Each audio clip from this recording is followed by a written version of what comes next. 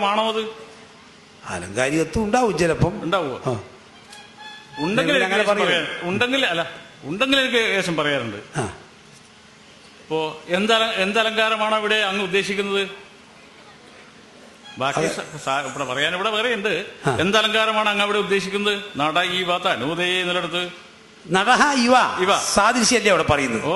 നടൻ എന്ന പോലെ എന്നല്ലേ പറഞ്ഞത്? അതെ. അപ്പൊ സാദൃശ്യല്ലേ പറയുന്നത്? സാദൃശ്യമാണ്. സാദൃശ്യം എന്ന് പറഞ്ഞാൽ ഉപമാലങ്കാരോ?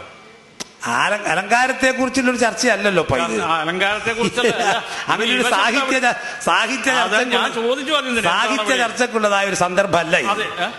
സാഹിത്യ ചർച്ചക്കുള്ളതായ അവിടെ അറിയേണ്ടതുണ്ട്. അതുകൊണ്ടാണ് പോലെ എന്ന് പറയുമ്പോൾ അങ്ങ് ഉദ്ദേശിക്കുന്ന അവിടെ അലങ്കാരം എന്താണെന്ന് എന്റെ ചോദ്യം. അത് നടൻ ഏത് രീതിയിലാണോ? അല്ല, അവിടെ എന്ത് അലങ്കാരമാണ് അങ്ങ് ഉദ്ദേശിക്കുന്നത് ചോദിച്ചു, അത്രേ ഉള്ളൂ. മറ്റേ അതിൽ ലക്ഷണം പറയാനൊന്നും പറഞ്ഞിട്ടില്ല. അല്ല, അപ്പൊ ഈ പോലെ എന്ന് പറയുമ്പോൾ ഉപമാലങ്കാരാന്ന് ഒറ്റ തോട്ടത്തിൽ പറഞ്ഞു പോകും.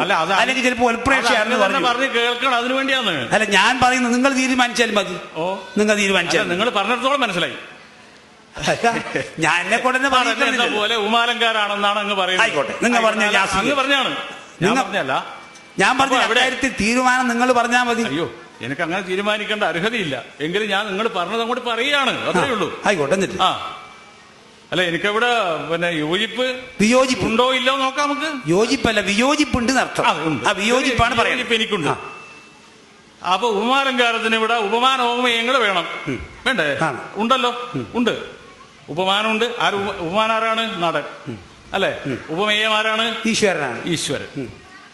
ഇപ്പൊ ധർമ്മമല്ലോ. ഞാൻ തേച്ച് പറഞ്ഞിട്ടില്ല, അത്ര പറഞ്ഞു വെച്ചതേയുള്ളൂ.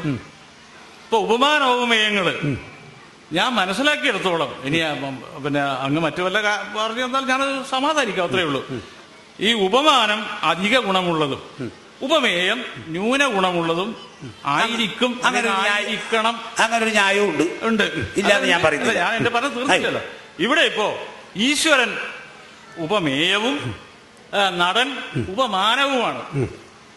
ഇപ്പൊ ഈശ്വരനേക്കാൾ അധിക ഗുണം നടനി എന്തായാലും ഇല്ലെന്നാണ് എന്റെ അഭിപ്രായം. അങ്ങനെ ഒരുപാട് കാലായില്ലേ കാണിയും കേൾക്കുകയല്ലേ ചെയ്യുന്നത്. ഒരുപാട് കാലായില്ലേ നമ്മൾ എന്ത് സംസാരിക്കുമ്പോൾ അതിന്റെ അത്തരിയും മനസ്സിലാവും, ഇത്തരിയും ഇപ്പം നടുക്ക് കൂട്ടി വായിക്കാൻ പറ്റിയ പണിയൊന്നും ഉണ്ടാവില്ലോ. അതൊരു സ്വഭാവം. നിങ്ങൾക്ക് അങ്ങനെ കൂട്ടി വായിക്കേണ്ടതായ പിന്നെ ഇതുണ്ടെങ്കിലും എന്നെ സംബന്ധിച്ച് അതില്ല. എനിക്ക് പറയാനില്ല, ഞാൻ പറഞ്ഞു. അതെ, എനിക്ക് പറയാൻ ഞാനും